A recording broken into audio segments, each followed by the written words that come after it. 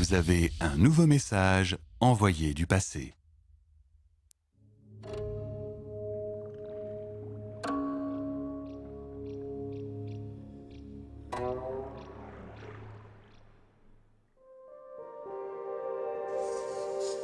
Peint par Gauci au début du printemps de l'année 1072.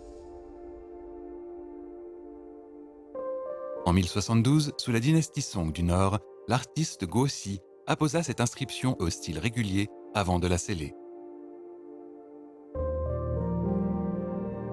Ce grand rouleau vertical paysager était à l'origine destiné à décorer un paravent, peut-être chéri à la cour impériale.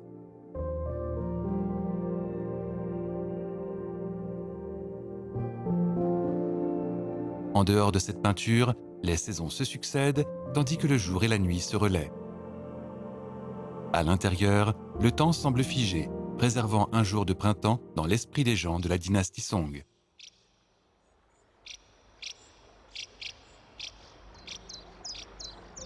Au pied des montagnes, le ruisseau dégèle et de la vapeur d'eau s'élève dans les airs.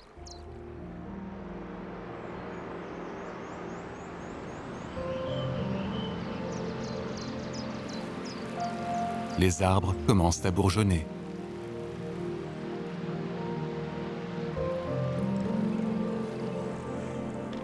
Le clapotement de l'eau résonne doucement, comme si l'on pouvait entendre une barque toucher la rive.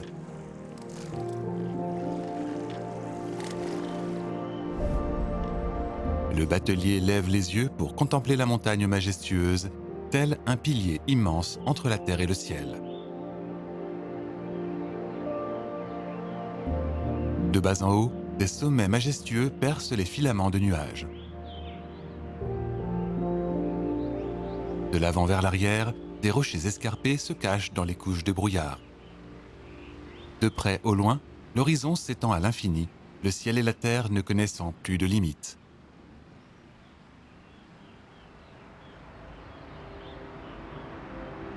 Le sentier de la montagne est sinueux et les ruisseaux serpentent doucement. À peine perceptible, quelques montagnards chantent en marchant.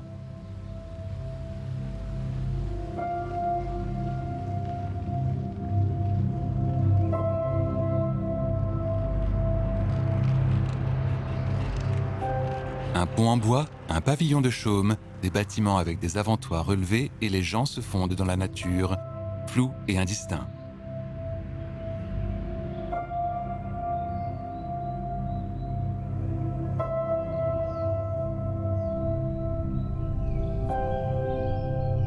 En atteignant le sommet de la montagne, on dirait entendre les murmures des immortels et la voie lactée des temps anciens est à portée de main.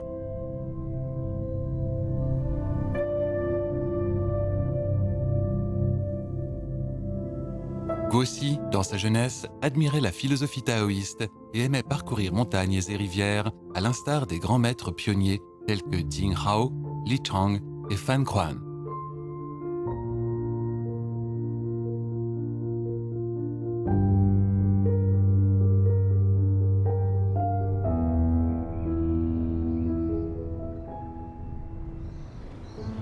Se fondre dans la nature, en harmonie avec le ciel et la terre, était pour eux une source d'inspiration.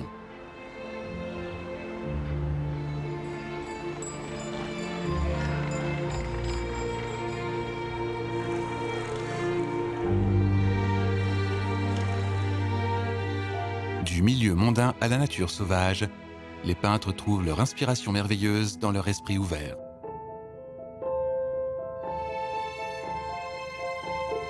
Avec leurs pinceaux, ils prolongent les paysages jusque dans les cours, les salles ou les pavillons, nous permettant ainsi de sillonner vallées et rivières sans voyager.